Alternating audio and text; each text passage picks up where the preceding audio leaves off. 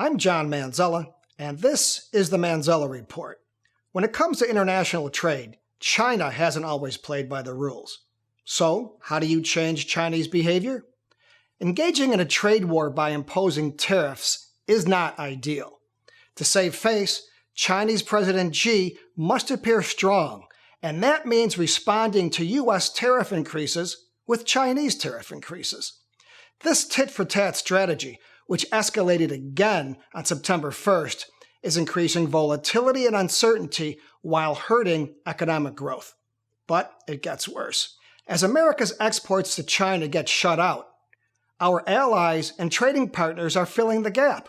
For example, as U.S. soybean exports to China have dropped due to retaliatory tariffs, Brazilian soybean exports there have surged. Canada, Mexico, Australia, and even Japan have also benefited at our expense. And these new trading relationships are unlikely to be temporary.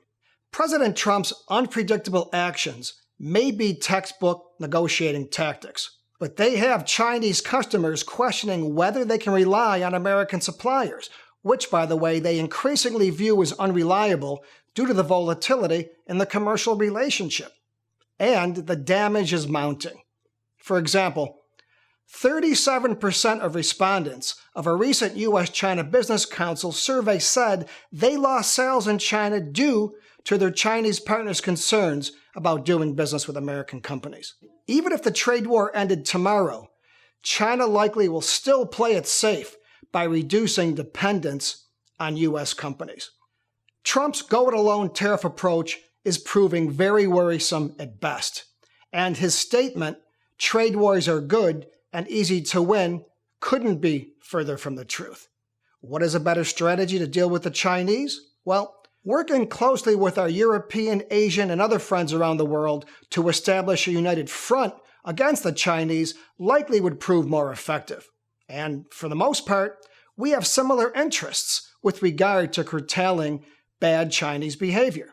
But establishing a united front today would be difficult since Trump has either threatened many of our friends with protectionist measures or weakened the relationships. Nevertheless, this option may still be the best way forward. The administration's desire to persuade China to stop breaking trade rules are important goals, but implementing the wrong strategy is severely hurting those it is intended to help. American farmers and exporters have spent decades developing the Chinese market. Losing those markets is costly and difficult to bear, but trying to win them back may be extremely challenging, if not impossible, in the foreseeable future. It's time for the administration to take a different approach. For much more on this topic, read my nationally syndicated column or visit themanzellareport.com. Thank you.